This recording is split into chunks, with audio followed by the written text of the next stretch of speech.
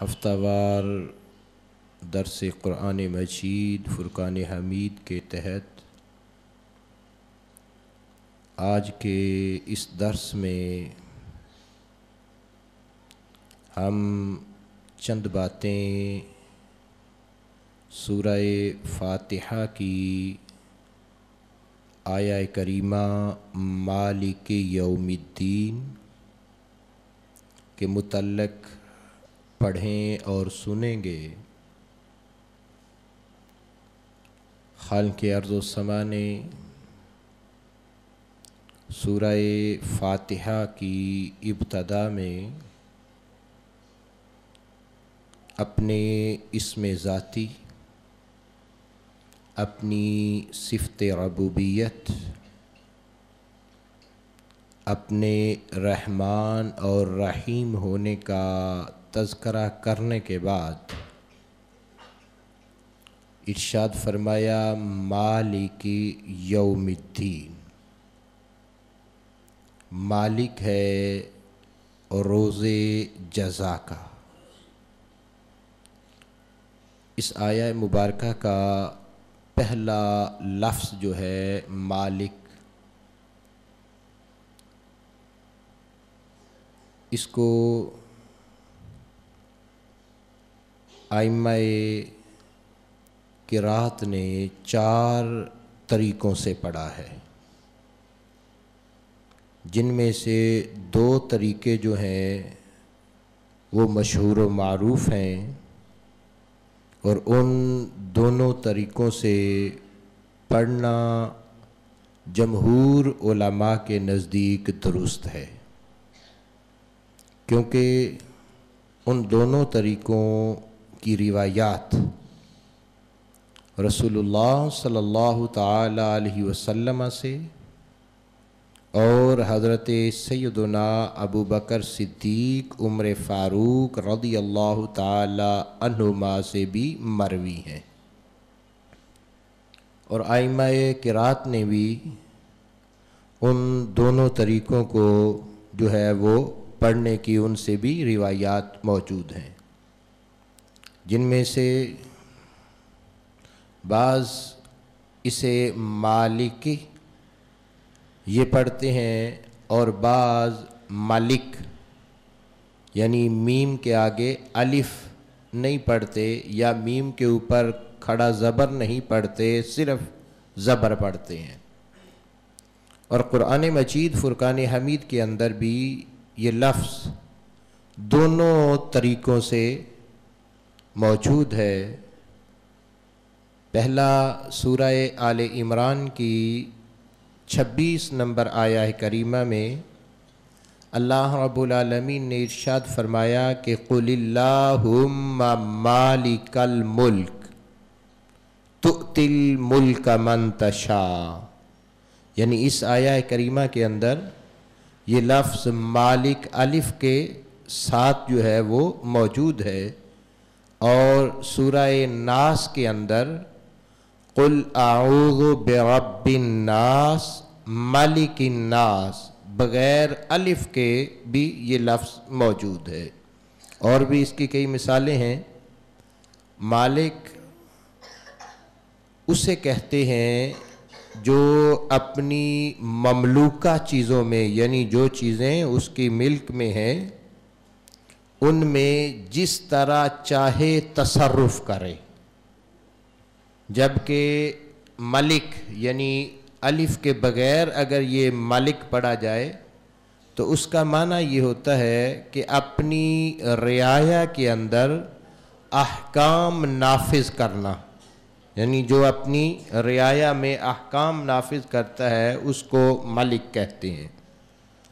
تو حقیقت میں قوت کاملہ اور ولایت نافذہ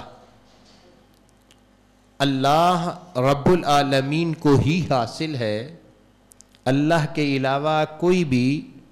قوت کاملہ اور ولایت نافذہ کا مالک نہیں ہے، اور فیصلوں کا نافذ کرنا اور تصرف کا جو حق ہے، اگر اس کو بندگان خدا کی طرف منسوب کیا جائے تو وہ مجازن ہوگا، حقیقتاً نہیں ہوگا، کیونکہ حقیقی قوت کاملہ جو ہے اور ولایت نافذہ جو ہے وہ اگر کسی کو حاصل ہے تو وہ واحد ذات اللہ رب العالمین کی ذات ہے۔ اگر بندگان خدا کی طرف منسوب ہو تو مجازن ہوگا، کیونکہ ان کی ملک جو ہے اس کی کوئی نہ کوئی ابتدا بھی ہے اور کوئی نہ کوئی انتہا بھی ہے۔ پھر بعض پر ان کو جو ہے وہ یعنی ان کی ملک جو ہے وہ بعض پر ہوگی، کل پر نہیں ہوگی، جسم پر ہو سکتی ہے، عرض پر نہیں ہو سکتی، نفس پر ہو سکتی ہے، روح پر نہیں ہوگی، ظاہر پر ہے تو باطن پر نہیں ہے، زندہ پر ہے تو مردہ پر نہیں ہے، مگر وہ جن کو اللہ رب العالمین اپنی مرضی سے جو عطا کرے، جیسا کہ حضرت عیسیٰ علیہ السلام ان کے کو بطور معجزہ بھی کہ کم باذن اللہ کہتے تھے تو مردے اٹھتے تھے، تو اللہ رب العالمین کے لیے حقیقی قوت و تصرف وہ ایسا ہے کہ جس کو نہ زوال ہے اور نہ ہی اس کو انتقال ہے۔ حافظ ابن کثیر نے اپنی تفسیر کے اندر اسی آیہ کریمہ کے تحت جلد نمبر 1 صفحہ نمبر 134 پر لکھا کہ والمالک فی الحقیقت هو اللہ تعالی، کہ حقیقت کے اندر مالک اللہ رب العالمین کی ذات ہے، حقیقی مالک وہی ہے، اس کے علاوہ کوئی حقیقی مالک نہیں ہے۔ قال اللہ عز و جل، آگے آیہ کریمہ ذکر کرتے ہیں کہ اللہ رب العالمین نے خود ارشاد فرمایا واللہ الذی لا الہ الا هو الملک القدوس السلام، کہ اللہ وہ ہے کہ جس کے علاوہ کوئی عبادت کے لائق نہیں ہے اور وہ مالک ہے۔ اور آگے حدیث مبارکہ 2-3 انہوں نے بیان کی ہیں، وہ میں آگے انشاءاللہ عرض کرتا ہوں۔ تو فرماتے ہیں کہ فَأَمَّا تَسْمِيَّةُ غَيْرِهِ فِي الدُّنْيَا بِمَلَكٍ فَعَلَى سَبِيلِ الْمَجَازِ، تو اگر دنیا میں اگر کسی کو مالک کہنا ہے تو وہ مجازن ہوگا، کسی کا نام اگر مالک یعنی کسی کی طرف اضافت ہوگی تو وہ مجازی ہوگی، حقیقی نہیں ہوگی، جیسا کہ اللہ رب العالمین نے قرآن مجید میں خود ارشاد فرمایا کہ ان اللہ قد بعث لکم طالوت ملکا، کہ بے شک اللہ رب العالمین نے تم پر طالوت کو بادشاہ بنایا ہے، یعنی حقیقی مالک اللہ کی ذات ہے، اس کے علاوہ کوئی حقیقی مالک نہیں ہے۔ ہاں مجازی اعتبار سے اگر کسی کو مالک کہا جائے گا تو وہ مجازی ہوگا، حقیقی نہیں ہوگا، تو مجازن کہنے اور حقیقت میں کہنے۔ پھر حافظ ابن کثیر نے اس پر کچھ احادیث جو بیان کی، ان میں سے ایک حدیث مبارکہ صحیح بخاری شریف کے اندر حدیث نمبر 6519 اور صحیح مسلم شریف کے اندر حدیث 2787، حضرت سیدنا ابو ہریرہ رضی اللہ تعالی عنہ راوی ہیں، اور ابو ہریرہ رضی اللہ تعالی عنہ نبی اکرم صلی اللہ تعالی علیہ وسلم سے اس روایت کو بیان کرتے ہیں کہ رسول اللہ صلی اللہ تعالی علیہ وسلم نے ارشاد فرمایا یقبض اللہ الارض ویطوی السماء بیمینہ ثم یقول انا الملک این ملوک الارض، او کما قال النبی صلی اللہ علیہ وسلم۔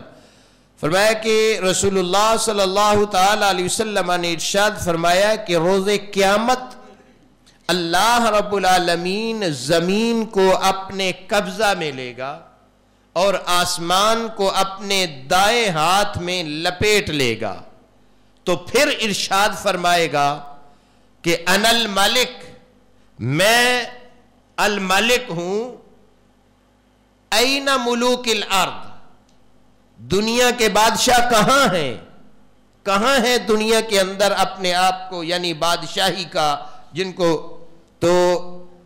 دوسری حدیث مبارکہ حضرت عبداللہ بن عمر رضی اللہ تعالیٰ عنہ سے جو ہے اس میں تھوڑا سا تفصیل ہے، اور اس کو بھی امام بخاری اور امام مسلم دونوں نے روایت کیا ہے کہ آپ فرماتے ہیں کہ قال رسول اللہ صلی اللہ علیہ وسلم یطوی اللہ عز وجل السماوات یوم القیامہ، کہ پروردگار عالم آسمانوں کو قیامت کے دن لپیٹ لے گا۔ لپیٹنے کے بعد فرمایا ثم یأخذہن بید الیمنی، کہ اپنے دائیں ہاتھ میں آسمانوں کو لپیٹنے کے بعد ثم یقول، پھر خالق کہے گا، پھر اللہ رب العالمین فرمائے گا انا المالک، انا الملک، کہ میں بادشاہ ہوں، میں مالک ہوں، این الجبارون، کہاں ہیں ظلم و جبر کرنے والے، این المتکبرون، کہاں ہیں غرور و تکبر کرنے والے، ثم یطوی الارضین بشمالہ، پھر جو ہے وہ زمین کو سمیٹا جائے گا، زمین کو اپنے قبضہ میں لے کر پھر پروردگار عالم ایسے ہی ارشاد فرمائے گا کہ انا المالک این الجبارون این المتکبرون، کہ کہاں ہیں وہ دنیا میں ظلم و ستم کرنے والے، دنیا میں غرور اور تکبر کرنے والے۔ اور حضرت سیدنا ابو ہریرہ رضی اللہ تعالیٰ عنہ سے روایت ہے جس کو مسلم نے ان لفظوں کے ساتھ بیان کیا کہ رسول اللہ صلی اللہ تعالیٰ علیہ وسلم نے، یعنی حضرت ابو ہریرہ رسول اللہ سے مرفوعاً بیان کرتے ہیں، فرمایا کہ ان اخنع اسم عند اللہ رجل، فرمایا کہ اللہ رب العالمین کی بارگاہ کے اندر یا اللہ کے ہاں ناپسندیدہ ترین جو نام ہے، یعنی نام ہم رکھتے ہیں، نام یا کسی کو پکارا جانا جو ہے وہ، فرمایا کہ اللہ کی بارگاہ کے اندر ناپسندیدہ ترین نام جو ہے وہ کون سا ہے؟ مالک الاملاک، جس کو مالک الاملاک کہا جائے گا، یعنی ملوکوں بادشاہوں کا بادشاہ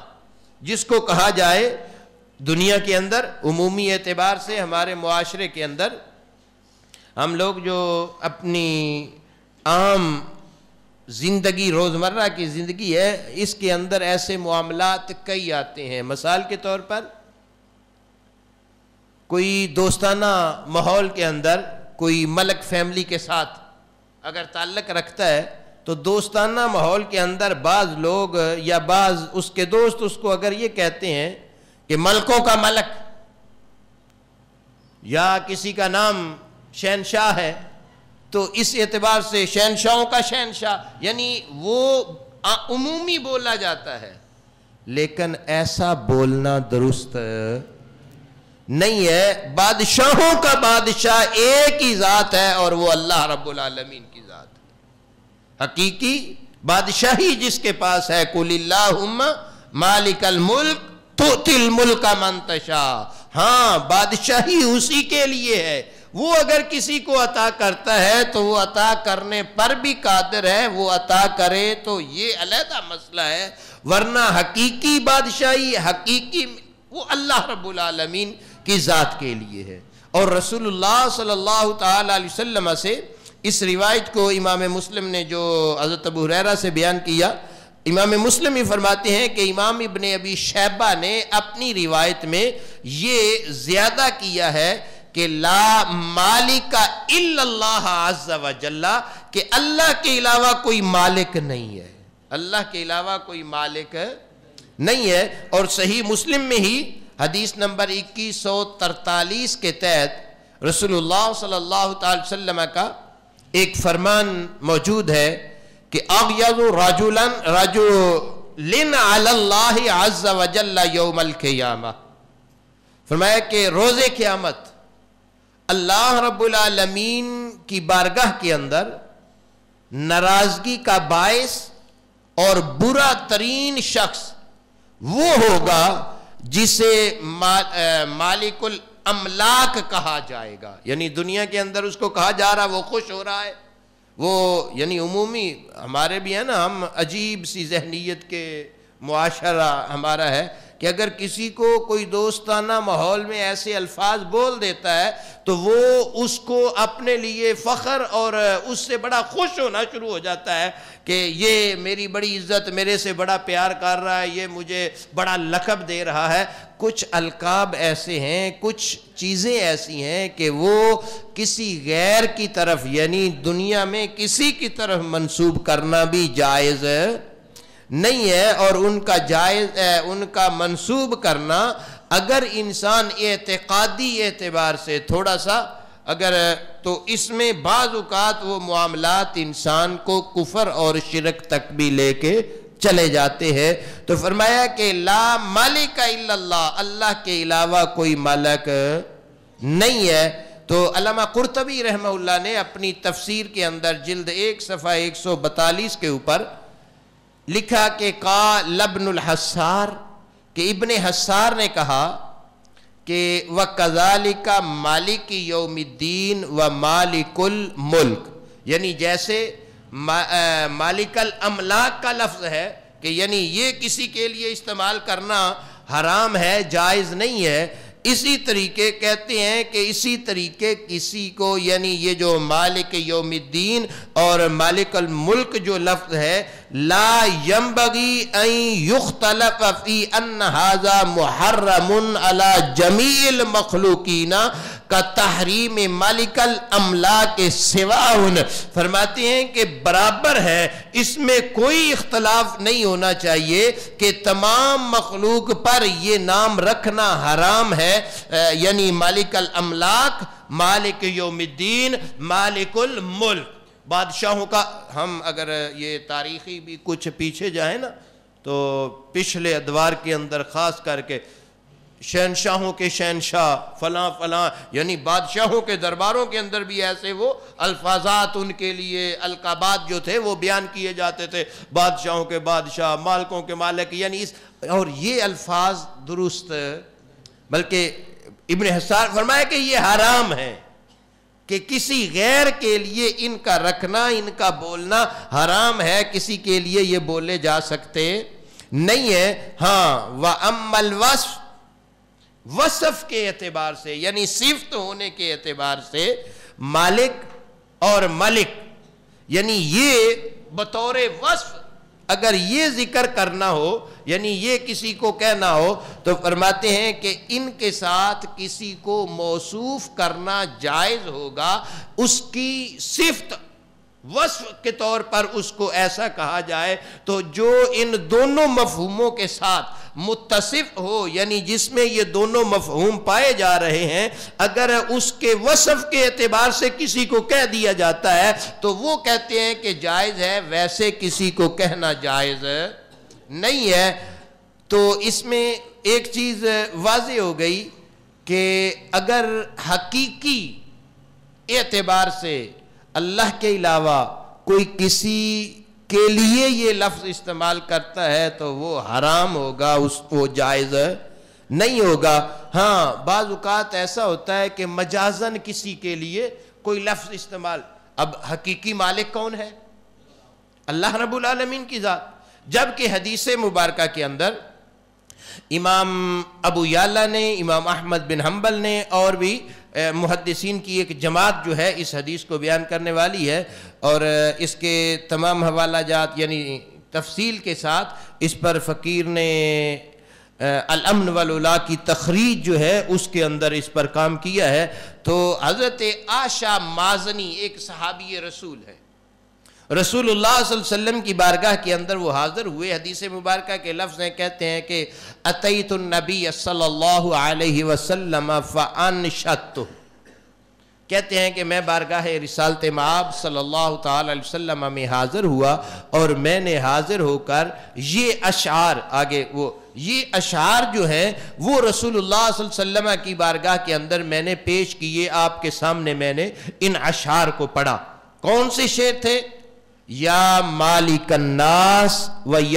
دیان العرب۔ اب وہ اشعار جو پڑھ رہے ہیں وہ رسول اللہ صلی اللہ تعالی علیہ وسلم کی تعریف، توصیف، آپ کی نعت کے طور پر پڑھ رہے ہیں۔ تو کہتے کیا ہے کہ میں نے جو شعر پڑھے ان شعروں میں ایک شعر جو بیان کرتے ہوئے ابتدان کہتے ہیں، فرماتے ہیں کہ یا مالک الناس، میں نے آپ صلی اللہ علیہ وسلم کی بارگاہ میں حاضر ہو کر یہ کہا کہ اے تمام انسانوں کے مالک، اے تمام انسانوں کے مالک، وَدَيَّانَ الْعَرْبِ، اور عرب کے جزا و سزا دینے والے۔ اب یہ مالک کا لفظ وہ رسول اللہ صلی اللہ علیہ وسلم کے لیے استعمال کر رہے ہیں، تو یہاں تفریق کرنی پڑے گی کہ حقیقی مالک اللہ کے علاوہ کوئی نہیں ہے۔ حقیقی مالک مجازن اگر کسی میں وہ وصف پایا جائے،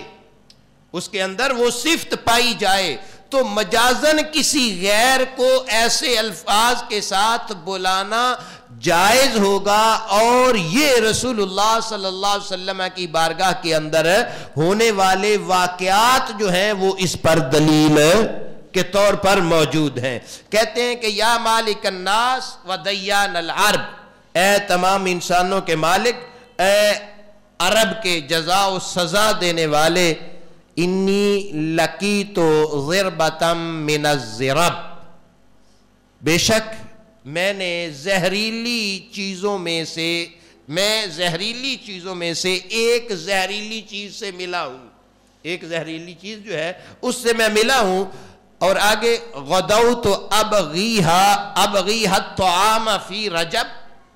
اب میں رجب کے اندر کھانا تلاش کروں گا۔ یہ اشعار ہیں، وہ بیان کر رہے ہیں، مختصر وقت میں صرف ان کا ترجمہ جو ہے وہ کرتا ہوں۔ اخلفت العہد ولتت بالذنب، فرماتے ہیں پس جو یہ معاملات، یعنی شعر بیان کرتے ہوئے کہتے ہیں کہ انی لقیت ضربۃ من الضرب غدوت ابغیھا الطعام فی رجب، کہ زہریلی اشیاء میں سے ایک زہریلی چیز سے میں ملا ہوں، اب میں رجب کے اندر کھانا تلاش کروں گا۔ اور فخلفتنی بنزاع وحرب، پیچھے میں نے جھگڑا، فساد اور جنگ جو ہے اسی کو پیچھے چھوڑا ہے۔ اخلفت العہد ولتت بالذنب، اس زمانے میں وعدہ خلافی اور گناہوں، یعنی اس جو یہ جھگڑا، فساد اور دنگا ہے، اس نے کیا کیا ہے؟ اس نے زمانے کے اندر وعدہ خلافی اور گناہ جو ہے ان کو ملا دیا ہے۔ وَهُنَّ شَرٌ غَالِبٌ لِمَنْ غَلَبْ، اور کہتے ہیں کہ میں نے آخر میں عرض کیا کہ یا رسول اللہ یہ اشیاء بری ہیں اور غالب پر بھی غالب ہیں۔ تو جب رسول اللہ صلی اللہ علیہ وسلم کی بارگاہ میں یہ اشعار انہوں نے پڑھے تو نبی اکرم صلی اللہ تعالی علیہ وسلم نے ان کو منع کیا۔ اب انہوں نے یا مالک کہہ کے رسول اللہ صلی اللہ علیہ وسلم کو پکارا، آپ صلی اللہ علیہ وسلم کی طرف انہوں نے اس کا انتساب کیا، تو رسول اللہ صلی اللہ علیہ وسلم نے ان کو منع نہیں کیا۔ اگر رسول اللہ صلی اللہ علیہ وسلم ان کو منع کر دیتے تو پھر مجازن بھی کسی کو کہنے کی اجازت نہ ہوتی۔ رسول اللہ صلی اللہ علیہ وسلم کا ان کے اس کلمے پر خاموش رہنا اور منع نہ کرنا، یہ اس چیز پر دلالت کر رہا ہے کہ مجازن کچھ ایسے صفتیں یا کچھ ایسے نام ہیں کہ جو اللہ رب العالمین کے بھی ہیں اور اللہ کے علاوہ مخلوق کے لیے بھی وہ مجاز۔ انشاءاللہ بقیہ آئندہ، وما علیہ الا البلاغ المبین۔